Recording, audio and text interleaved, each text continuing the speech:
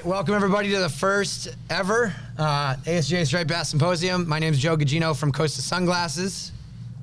I am Tony Friedrich from the American Saltwater Guides Association. So we appreciate you guys all taking your time on Friday before the Cheeky tournament this weekend to come down and join us in this room. As you can tell, we're weird mic setup, or a little bit different than you might be used to, and that's because this is a little bit of a hybrid event. So we only have about 50 or 60 people coming, a couple people rolling in this afternoon. But the purpose of having Austin here, work with Cody as well, and to get this audio and visual and photos is so that we can all use this, ASGA can use this, and we can share this out next week following the symposium, so you can all use it to share on your channels. And so we want to be able to reach people in person. That's the best part. That's what we all love. But the opportunity to reach more than just 60 people. We want to have the opportunity to have this intimate time to have these presentations, learn, talk. We're going to have some breaks in between, breaks before we go across the street. But we want to capture this content. Definitely not what I have to say, but what Tony has to say and all the great speakers that will be coming through for today. So before we dive in, I'm going to go through a couple quick housekeeping things. So wanted to call to the fact that, again, Coast is presenting this. So glad to work with ASGA, Cheeky as well as part of their schooly weekend. Glad to be able to use this platform. This is a Kick Plastic event, so glad to be able to work with the conference center. Cups everywhere, water fill stations, which is awesome as well.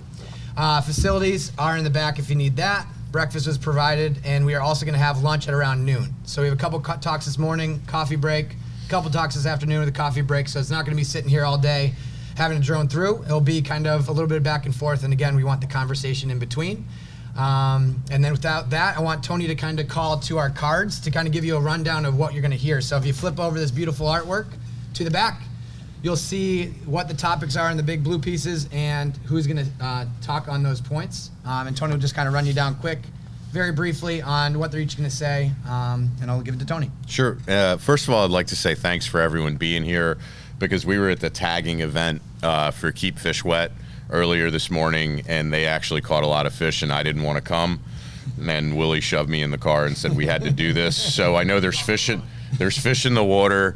It's really difficult to be here, and I'm shocked that so many fishy people are sitting here looking at us. So thank you very much. Like Joe said, this is the first time anything like this has kind of ever been done, especially for stripers. So to see so many committed, conservation-minded folks in the room is heartwarming, especially when you do things professionally like the Guides Association does. The kind of run of the event is we're going to get up, Willie and I are going to get up and kind of tell y'all what the Guides Association is and how we started and a little bit of background. And then we're going to do a real short talk on Fisheries Policy 101. And, you know, folks, for years and years we heard that, you know, your voice doesn't matter. And I would beg to differ on what just happened with Amendment 7 on striped bass. So we think it's just really important that everyone understands how to be a good advocate and how to be effective, because it does make a difference. And if you love this sport and the resource as much as we do, it's worth fighting for. Really excited to have some very, very smart folks from Mass DMF here to talk about uncovering migratory patterns and other science that they're doing on catch and release mortality, all sorts of things that these folks in your state. Mass DMF has probably one of the best state agencies on the coast, hands down, no questions asked. They produce some of the best science on fish. So I'm super excited to hear their talk. After that, we're going to have Sasha from Keep Fish Wet, and she's going to tell us about the research that she does with fish handling, release mortality, because we all want to be better stewards of the resource. And just from sitting at the tagging thing this morning, I learned quite a bit. And, you know, I'm only being 30 years old. You know, I know 31, I have a 31. Why does everyone laugh when I say that, man? So, you know, you think you know so much, and then you have a scientist tell you a few things, and you're like, holy mackerel, I don't know anything. So really excited to have Sasha here. We'll go right into the updates of what happened at the May 4th meeting for the Atlantic States Marine Fisheries Commission. We'll have John McMurray up here, and that's why we have that soundboard so Cody can edit everything, because John's really passionate about fisheries. And yeah, so you know, we have that little like button, right? So we're probably gonna have to buy a new soundboard when this is over with. And then super exciting stuff. We have our social media guy, Cody, and Peter Jenkins, who are two of the best marketing minds out there that I've ever met. And it's just going to be conservation in a digital world. And what that means is, I think there's a love-hate relationship with social media. And this is kind of more the love side of it. This is where people like us who are concerned about the resource and leaving it better for future generations, we can be a little bit more powerful than we could be 20 years ago with our messaging, getting things out there, activating the communities.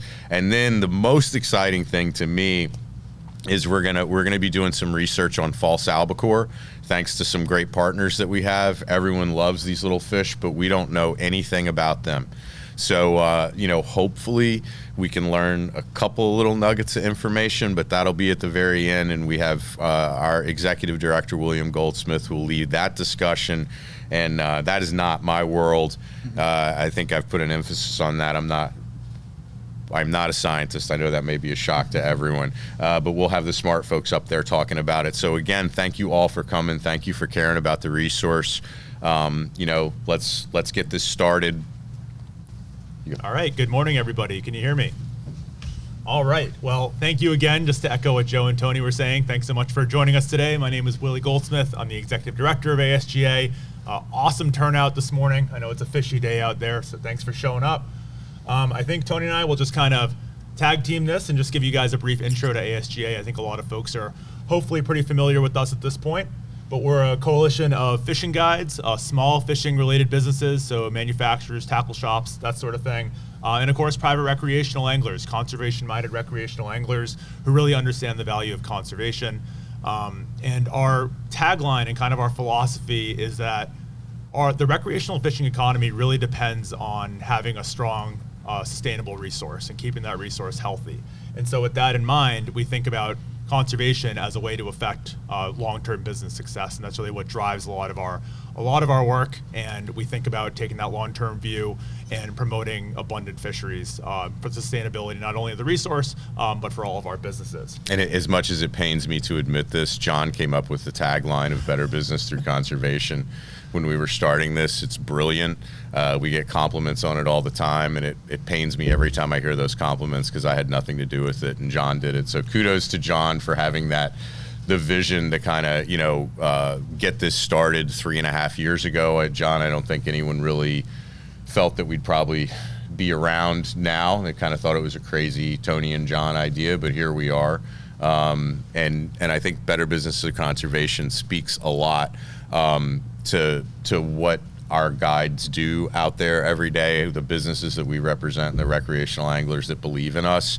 That abundance drives participation and effort, and that's what drives the economy. So when there's a lot of fish in the resource and the resource is healthy, the business booms. And it's a real interesting way to look at fisheries, because normally what we hear when we're around the table at a council or a commission is, a dead fish is money. And what we're saying is, well, so is a live fish. Not that we don't kill things, we absolutely do, but there is a value to fish in the water. It's not just a dockside value, and there's a lot of truth in that. I'm going to tell them about resource versus sector. This is a sticky wicket too, folks. I'd be happy to. And also, I'm going to give Tony credit as well, because he always does tell people, John, that you're the one who came up with that tagline. So rest assured. It hurts, man. It really does. I can feel it in his voice, but he does it anyway. So we're a resource first group. And I know that might be kind of a puzzling term. What that basically means is that we are looking out for the long-term benefit of the resource. And with that comes a long-term benefit to the recreational fishing community. But what that means is that through that lens, we're not trying to take from somebody else. So we're not an anti-commercial fishing group. We really try to see the fishery kind of from all angles. We understand that for some folks, harvest might be important. For other folks, catch and release is the most important element. And then for other folks, catching fish to sell is the most important element. And we really try to find ways to balance those needs. And so we take a lot of pride in really working across those different sectors, having strong relationships with all sorts of different people who make a living on the water. And I think that's really been a big part of our success in the first couple of years, because we're able to sustain that momentum across a whole bunch of different issues and have that strong network of folks. And you have to be, to have credibility with what we do, you have to be inward facing. And what I mean by that is you can't you can't just point fingers and say it's the commercial guy's fault. It's this person's fault. Our sector is not perfect, and we recognize that. And I think if we, collectively we try to focus on the missing pieces in our sector. Is that better data collection? Is that understanding catch and release mortality better? Is that saying, hey, you know what, the water's 75 degrees, I'm not going trout fishing today? These are all personal decisions that we make and have direct impacts on the resource. And as leaders in the community, the more that we say the same thing, the more that we teach people, the better the resource is going to be. So, that's kind of what we mean by resource first. The three legs of the stool are science, education, and advocacy. Clearly we have a brilliant scientist, Willie, on staff. The hard part with what we do is there's so many acronyms, there's so much to learn, and it's such a heavy lift to sit in one of these meetings and to listen to these fisheries directors and these other scientists talk about fishery science. It's just almost like a different language. So I think one of the things that we do very well, probably the best, is take those real difficult topics and distill them down to where people who don't have the same level of experience can all of a sudden understand what we do and why it matters. And then along the way, we try to not lose people, because we put that time in and we're developing advocates which are going to be there to stand up for the resource long term. So the science builds on the education, distilling that down, and then on that we're building the advocates. And I've been doing this for a while. It's something pretty special. That's something that we're very proud of. And the one key to all of it is what, Willie? We got to be honest brokers. We can't just say something because it supports what we believe. We always have to be honest, and it's a double-edged sword. If the science tells us something that we don't want to hear, it doesn't mean that we no longer agree with science, right? And that's a heck of a hill to climb sometimes. I couldn't agree more. It results in having to make tricky decisions and make tough calls, but I think, at the end of the day, the integrity of what we do is what's most important, and that can mean having to make those tough decisions and think about what you need to do for the long-term benefit of the resource. Go to the next slide, Will. So I think hopefully by now you've met this quad here. We're all in the room today. So I would like to point out that the leader of the team is not listed up there, because she would never want her picture up there, and I don't want to face her wrath. But she is in the room. But Sue Bertolini is right behind us, and if there's anyone who really steers the ship, it's Sue Bertolini. You always have that person who works in the background, who maybe not everyone knows their name or deals with it every day, but keeps you in line, make sure you're doing the right thing, make sure your lobby reports are in, and this and that, and all the little guidelines that we have to do every second of every day that Willie and I are absolutely horrible at. And there's that person that keeps us on the right track. So thank you, Sue, for. And you'll hate this, but we'll do a round of applause. And she would have absolutely killed me if there was a picture up there. So we planned this out ahead of time. So yeah. And we've got, of course, Peter Jenkins, our chairman, over there. And like I said, I've been doing this a long time. I've worked with a lot of different chairmen in a lot of different groups. And God bless Peter, he's head and shoulders above the rest. He's got a sales and marketing mind that is second to none. He sees things from a different perspective, and he's just gives of his time and his knowledge constantly. Guides Association would not be where it is without Peters Jenkins. Got my buddy John. Everyone knows John. He has been in this game as long as I have, kind of like battle-hardened veteran, credibility beyond credibility with the business that he runs, and multiple boats and stripers and bluefin tuna and his brand of One More Cash charters, and gives all of that to the Guides Association. And Dr. Codfish, my buddy Willie Goldsmith, is one of the smartest characters you ever want to meet. It's fun to work with every day. Brings an incredible resume and amount of knowledge and passion for fishing. Maybe too passionate every once in a while. I don't know. But yeah, man, the guy, it doesn't matter if he's jigging crappie or fishing for tuna. His happy place is on the water. And then there's whoever the young guy in the top corner was when there used to be big stripers around. He kind of deals with stuff too. So that's our team. We are small but mighty. And we should note we have also a small but mighty supporting cast. Oh my gosh. Who really steers the ship here, if you want to talk about them briefly. Yeah, I certainly don't want to leave anyone out. We brought Will Poston on as a policy consultant a little bit ago, and man, kid's sharp as a tack.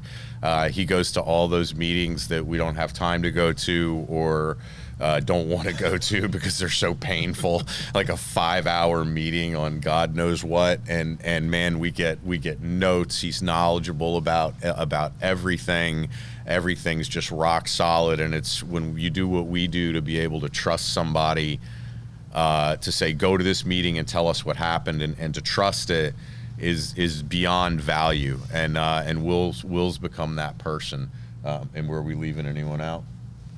Oh my God. This character over here on the soundboard, man, if there's, I'm listing all the things that we're terrible at, but at the top of the list, it would be social media. And our social media was like a sad little thing that sat in the corner that we never wanted to look at. And then came Cody Rubner. And I think last year we had 8 million impressions. I don't even know what that means, but it sounds like a lot, right? I mean, it's a lot from where I think 3 people looked at our Facebook page before Cody came along. And then he does our podcast editing. He did the artwork, the invitation for this. I mean, the kid can literally do anything, and he's single-handedly, well, him and Will have given me faith in the younger generation, because I was the dictionary definition of the old curmudgeon who didn't want to talk to anyone under 30. And these guys are giving the next generation hope because they work their tails off. They're passionate. They believe in this stuff. So I think the interesting thing about the Guides Association is nobody takes individual credit for anything. We don't really care. The end result is that May 4th we got a great decision for striped bass, and everyone worked together and drove it together, and that was the result. So it's really nice when everyone puts their prides and egos away and actually fights for the fish and the resource. And it's the first time in my life that I've been with a group like this where that actually happens, where someone doesn't want to take credit. So I think the future is really bright for the Guides Association. Couldn't agree more. Next slide, Will. All right, Tony, I'm going to let you take this away because I was on the other side when this was all going on. Yes, so a couple of years ago, before the Guides Association started, John and I spent a lot of time on Capitol Hill working against a piece of legislation called the Modern Fish Act. And the basis of the Modern Fish Act, that were recreational fishing and commercial fishing are fundamentally different activities. And, in a certain respect, okay, yeah, that can be true. But it doesn't, just because they're different activities doesn't mean that the recreational sector shouldn't be accountable for what they catch and kill. And a lot of the original intent of the Modern Fish Act was to manage recreational fisheries in a different way. And what it did was cause enormous rifts in the recreational community between people who, I guess, were on the side of people who would look at the resource and say, I want to know if the same population is going to be around, same population of fish is going to be around in 5 or 6 years. And the other side would say, wow, we have a lot of fish right now, let us kill more of them. And we tend to be very cautious, very risk averse in our decision making, because fishery science is not perfect. And if you're dealing with a science that isn't perfect, you don't want to push it to the edge of harvest, because you can make a big mistake and create a huge hole for yourself. And we really felt that that's where the Modern Fish Act was going. Next slide, please. So Willie made this slide, and it's awesome. And it shows you you know, a lot of times you'll see charts that say, look how many billions of pounds commercial fishermen catch, but it's not stuff that we fish for, right? It could be a haddock, right? Alaska pollock. Alaska Menhaden. pollock, which Yeah. is like your McDonald's filet of fish sandwich, which is, by the way, the best thing you can get from McDonald's. It's actually probably one of the only things that's like healthy for you. Sorry, McDonald's. You're not a sponsor of ours, so. But you can look at this chart and see the key fish that we catch, that we pursue as recreational anglers, and the percentage of harvest that we take.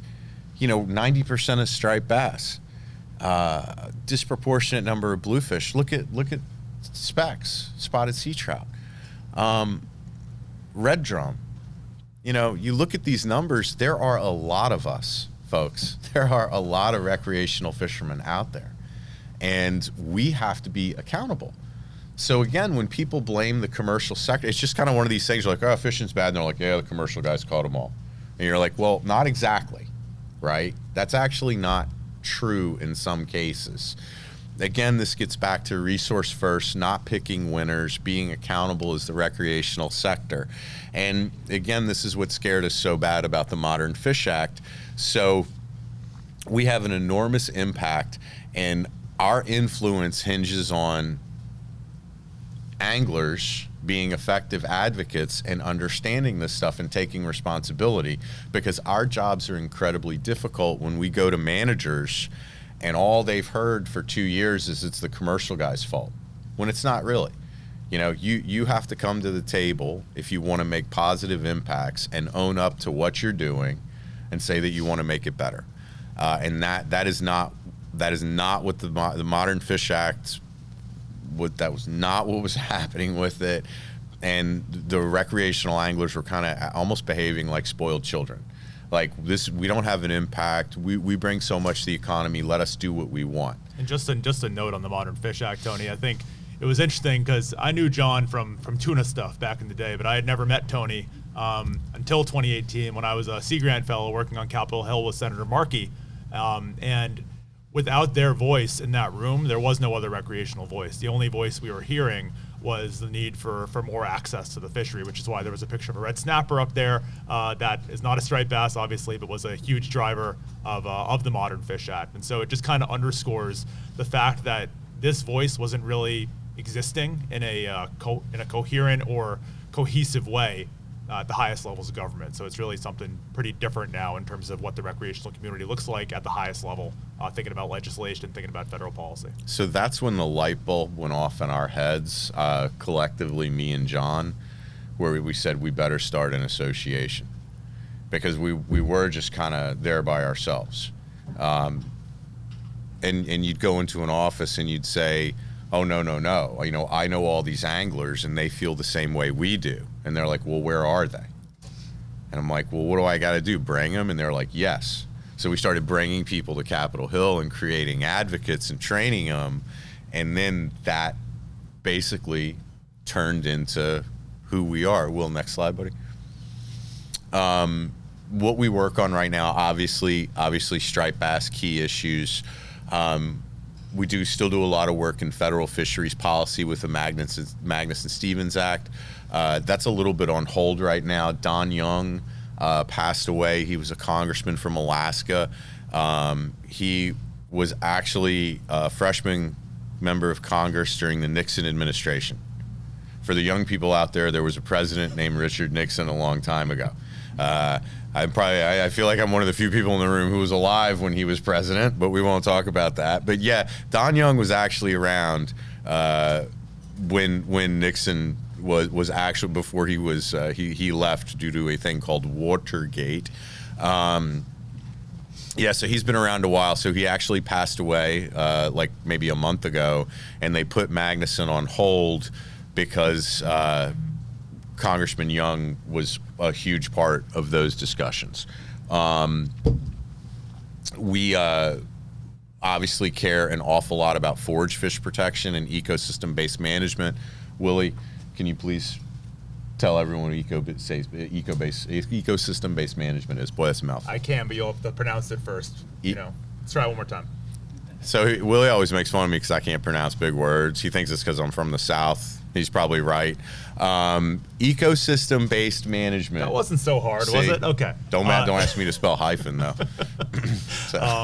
So ecosystem-based management, the basic idea here is you're not just thinking about managing a single species of fish in a vacuum, right? You're not thinking just about the striped bass, you're thinking about what the striped bass eats, the type of habitat the striped bass is in, other species it might compete with.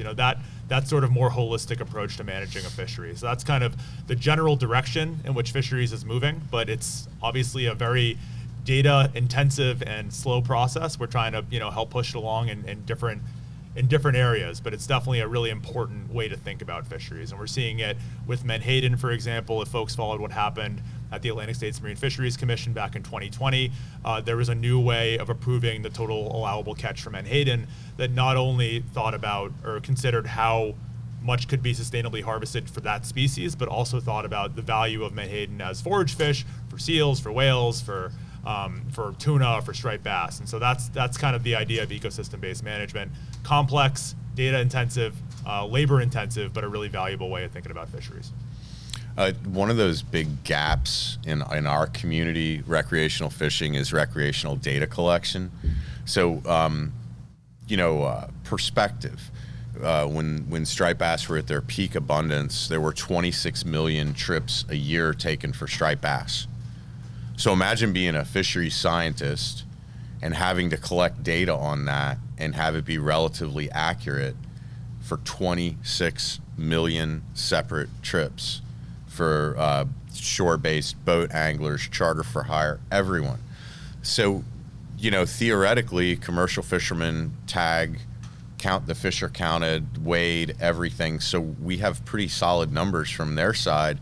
But it's really hard to manage a fishery if you have 26 million trips and you aren't really sure how many fish were caught, right? That kind of puts the managers, if bad data is going in, you're not going to get the information from it, that you would hope. So I think a big part of our focus moving forward is ways to improve recreational data collection. We participated in the NOAA's National Saltwater Recreational Fishermen Summit about a month and a half ago. This was a huge topic: how to do this better, how to just count the fishermen out there, because not every state has a license. There's some states that we don't even know how many people are fishing. So this is a prime example of our sector stepping up to the plate and saying, how do we do more? How do we do better? And this is another prime example of resource first management, where it's not just about us and how many fish we can catch or how many fish we can bring home. We have to give them the right information so managers can manage the fish. Yeah, and lastly, if you guys have been following the news at all, you might be aware that there is a new industry emerging off the coast of the United States, off the East Coast, in New England in particular, that being offshore wind, which was also a big topic at the Rec Summit back in late March.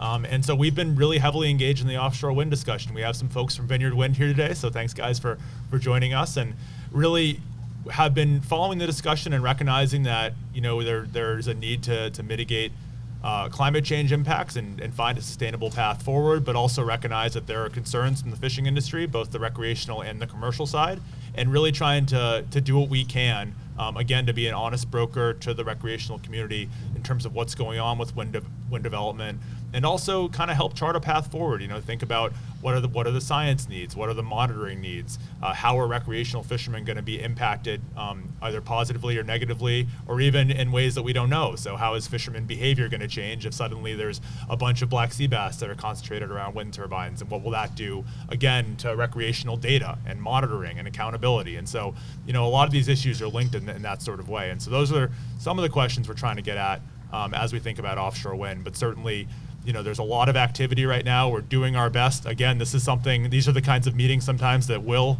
gets to sit in on. Some of these very long offshore wind discussions, but we're tackling it at both the policy side and on the science side, thinking about how to get ahead of the curve where we can. I will add that our perspective of this new use of the ocean is that almost, excluding NOAA and the wind developers that we work with, are a ton of them are fishery scientists. They get it. They're actually a great group of people to work with. They want to help. They absolutely want to mitigate, any potential short-term and certainly long-term damages. We don't know what we don't know, but my two takeaways from it so far is that the developers are open, willing, and able to have those discussions and work with us. And the second thing is, super simple. In these discussions, if you're not at the table, you're on the menu.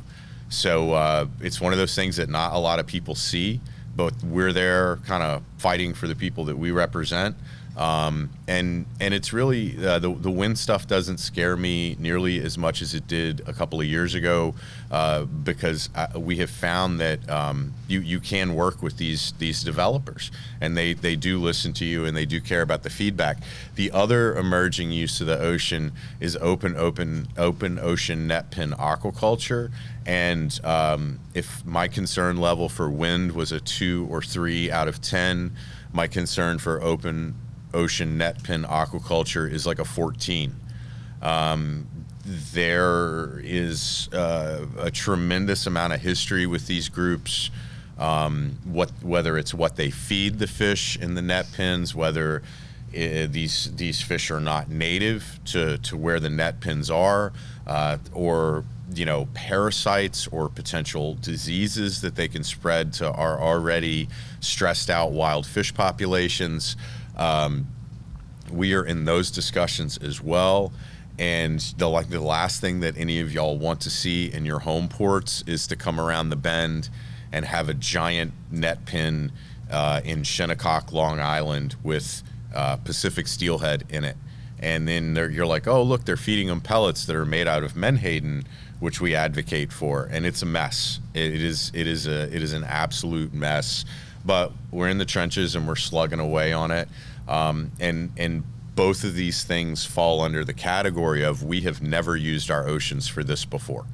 And we better do it methodically and carefully, or we could open up Pandora's box and have a real big problem. So these are kind of not the front-facing issues that you see us write or do podcasts about every day, but man, are we working on them behind the scenes. So it's a pretty large portfolio, wouldn't you say, Willie? I think we stay busy. Yeah.